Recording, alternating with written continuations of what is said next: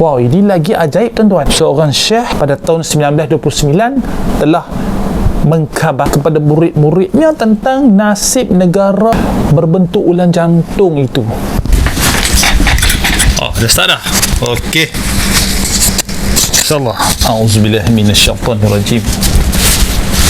Bismillahirrahmanirrahim.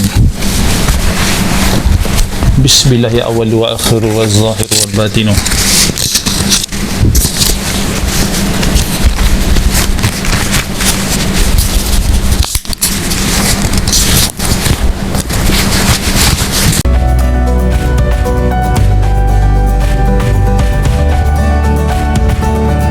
Assalamualaikum warahmatullahi wabarakatuh. Salam sejahtera, salam hormat, salam sayang. Terima kasih saya ucapkan kepada anda yang terus menonton dan menyokong video-video di channel Jejak Alam Misteri. Bersama dengan saya sekali lagi, Ustaz Tabib Ali. Jika pada video sebelum ini mimpi yang saya sampaikan itu adalah mimpi seorang kanak-kanak berkaitan dengan banjir dan letupan bom pada empangan yang menyebabkan banjir pada negara kita, mimpi ya, dan juga firasat daripada dua orang lagi yang berkaitan dengan banjir besar di seluruh dunia. Konten kali ini saya nak mengajak anda untuk menyelami mimpi yang berkaitan dengan responden mimpi yang pertama. Ada seorang hamba Allah ini telah memberi mesej menerusi Telegram. Katanya, Ustaz, saya juga pernah bermimpi keadaan huru hara kawasan bandar teruk musnah akibat terkena bom yang bertalu-talu. Okey. Saya nampak di dalam mimpi tersebut tentera bermata sepet sewenang-wenangnya. Dalam mimpi itu saya mengambil rifle lalu menembak tentera bermata sepet tersebut. Siapa yang dimaksudkan dengan tentera sepet tu, tuan-tuan? Responden mimpi yang kedua. Saya pernah bermimpi huru hara, Ustaz, dalam keadaan okey. Saya keluar daripada sebuah kedai dan saya melihat banyak yang terbaring di atas jalan raya dalam keadaan yang berlumuran dan mengerikan. Dan ada yang lain-lain sedang ditembak daripada atas. Okey. Semua orang lari menyorokkan diri sebab kapal terbang ataupun jet fighter atau jet tempur agaknya ada banyak memenuhi ruang angkasa, berpusing-pusing manusia. Masya-Allah. Responden yang ketiga. Assalamualaikum Ustaz. Waalaikumsalam. Maaf mengganggu. Saya nak berkongsi dengan Ustaz beberapa mimpi. Okey, silakan. Saya bermimpi tentera berusaha sedaya upaya untuk mempertahankan tanah air yang tercinta. Okey. Alhamdulillah. Takbir. Allahu Akbar. Khususnya saya diperlihatkan di dalam mimpi tersebut benteng tentera di perairan. Okey. Saya lihat askar atau tentera bermata sepet berbaris-baris sambil bersorak bernyanyi lagu. Dia buat kurungan. Saya tak pastilah Ustaz, macam lagu kebangsaan. Saya nampak jelas muka-muka askar yang bermata sepet tersebut. Saya rasa mereka bukanlah orang dalam negara kita, Ustaz. Kenapa tanya saya? Saya mana tahu. Saya lihat gerombolan askar bermata sepet ini masuk ke sebuah kawasan taman perumahan. Allahu Akbar, Ustaz. Mereka mengheret orang-orang keluar daripada rumah di taman tersebut ke tengah jalan, lalu mereka saya lihat, Ustaz, banyak sungguh bergelimpangan dan mencucuri di permukaan jalan. Allahu Akbar. Ngeri, Ustaz. Tak pernah saya mimpi begini. Okey, nanti kita ulas. Assalamualaikum Ustaz. Waalaikumsalam. Baik. Mimpi saya pula, Ustaz, baru-baru ini saya mimpi sepasukan tentera bermata sepet menaiki kereta perisai di sepanjang sungai. Saya pandang ada signboard di situ tertulis Sungai Perak. Oh, sungai. Okey. Saya tak tahu mereka ini daripada mana, Ustaz. Mereka ni yang nyatanya bermata sepet, menaiki kereta perisai, memandu dengan begitu laju, menyusuri tebing sungai. Okey. Saya tengok daripada seberang sungai, Ustaz, dan saya tak ingat. Saya cuma nampak itu saja dalam mimpi saya. Oh, mimpi nampak kereta perisai, ya. Responden yang kelima. Assalamualaikum, Ustaz. Waalaikumsalam. Saya Puan. Saya mendapat nombor telefon Ustaz menerusi YouTube channel Ustaz dan peminat channel Ustaz. Terima kasih saya ucapkan kerana meminati channel Jejak Alam Misteri Ustaz Ali Official.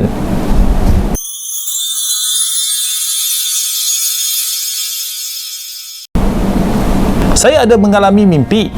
Mimpi tersebut berlaku pada 8 Januari 2021 bersamaan 24 Jamadil Akhir 1442 pada sepertiga akhir malam Jumaat. Wow, ini dah menepati ciri-ciri mimpi yang dikatakan ulama boleh ditakwil dan mempunyai makna. Okey, kita tengok apa mimpi dia. Pada pagi itu saya terjaga, Ustaz, dan saya menunaikan solat tahajud. Kemudian setelah selesai solat tahajud, saya tertidur dan saya bermimpi, okey, saya berada di tepi pantai. Okey, seolah-olah pantai tersebut seperti PCB, Pantai Cahaya Bulan, Kelantan. Dan anehnya saya melihat rumah ibu saya berada di tepi pantai tersebut. Tiba-tiba saya melihat ombak tsunami yang amat besar merosakkan struktur pantai. Mulanya ombak tsunami yang pertama tersebut berwarna jernih airnya. Kemudian datang ombak yang kedua lebih ganas lagi, lalu merosakkan rumah-rumah yang ada di sepanjang pantai tersebut, dan air ombak tersebut berwarna hitam. Dalam keadaan yang huru-hara tersebut, tiba-tiba muncul sekumpulan tentera bermata sepet menyerang orang awam dan merampas handphone semua orang. Tapi yang peliknya, mereka macam tak nampak saya, Ustaz. Bahkan di dalam mimpi tersebut saya nampak kawan rapat dirampas handphonenya lalu diseksa oleh tentera bermata sepet. Saya harap Ustaz dapat memberikan pandangan. Terdapat seorang hamba Allah yang telah mengirimkan mesej kepada saya. Katanya seorang syekh, orang alim daripada Madinah pada tahun 1990-an dulu, yang juga merupakan guru agama beliau, pernah menyatakan sesuatu kepadanya. Kata syekh tersebut, negara yang berbentuk jantung pisang ini akan menghadapi satu yang sangat lebih dahsyat lagi daripada di Bosnia Herzegovina. Tiada belas kasihan langsung. Dan kata orang yang sama juga, di Kelang pada tahun 1929, seorang syekh yang alim telah memberitahu kepada murid-muridnya bahawasanya pada tahun 2020 negara berbentuk jantung pisang itu akan dikotori oleh makhluk-makhluk aneh yang kafir, katanya. Ya, kafir ada dua, kafir yang baik, kafir yang jahat. Kalau dalam Islam, kafir yang mengancam adalah kafir yang jahat. Tapi kafir yang baik, yang kita beli makanan, membeli barang-barang di kedai runcit dia tak ancam kita, dia tak ludah muka kita, dia tak ambil barang ke badan kita, maka dia seorang kafir yang baik, yang kita kena hormat dia. Jadi yang dimaksudkan syekh ni adalah kafir yang mengotori masjid dan surau. Apa maksudnya, ya? Dan ajaibnya syekh ini, kata hamba Allah ini, telah ghaib begitu saja, hilang daripada masyarakatnya, daripada keluarganya, tidak ditemui. Dan perkara ini berlaku pada tahun 1929. Wow, ini lagi ajaib, tuan-tuan. seorang syekh pada tahun 1929 telah mengkabari kepada murid-muridnya tentang nasib negara berbentuk ulang jantung itu. Ada seorang lagi hamba Allah yang berkongsi dengan saya tentang firasat seorang syekh. Assalamualaikum Ustaz. Waalaikumsalam warahmatullahi wabarakatuh. Orang Negeri Sembilan. Saya nak kongsi sedikit dengan Ustaz tentang apa yang diberitahu oleh almarhum Syekh Haji Ahmad. Tuan Syekh Haji Ahmad ada memberitahu akan berlaku peristiwa di negara berbentuk jantung pisang tersebut sesama orang Melayu, sehinggalah orang Melayu tersebut menjadi sedikit, barulah mereka kembali bersatu dan berhadapan dengan tentera bermata sepet yang bukan daripada negara berbentuk jantung pisang tersebut. Yang kedua, firasat Syekh Ahmad, akan ada seorang terkorban, kemudian negara berbentuk jantung pisang tersebut akan ditakbir oleh raja dan ratu. Apa pandangan tuan? Masya Allah, banyak mimpi-mimpi yang seakan-akan sama daripada orang-orang yang berbeza. Daripada rangkaian mimpi yang saya sampaikan kepada anda sebentar tadi, kita doakan dia tidak berlaku. Selepas ini kalau anda mengalami mimpi yang buruk, anda boleh meludah ke sebelah kiri anda dengan memberikan isyarat dan meminta pertolongan dan perlindungan daripada Allah. Walaupun mimpi-mimpi pada kali ini tentang perang mengerikan kita, dan mimpi tersebut tidak perlu ditafsirkan lagi kerana dia bukan mimpi berbentuk simbolik. Mimpi yang perlu ditakwil adalah mimpi yang berbentuk simbolik. Kalau kita bermimpi ombak yang jernih berkaitan dengan rezeki, kalau ombaknya hitam berkeladak, itu adalah tanda yang tak baik, tanda yang negatif. Jadi agak subjektif juga, agak relatif juga untuk mentaksirkan mimpi air. Selalunya mimpi air yang tenang pada sungai itu melambangkan rezeki.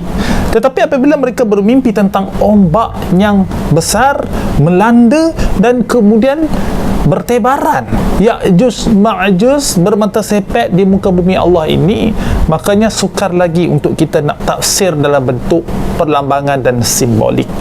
Melainkan mimpi tersebut dilihat kepada babak yang kita harapkan dia tidak akan berlaku.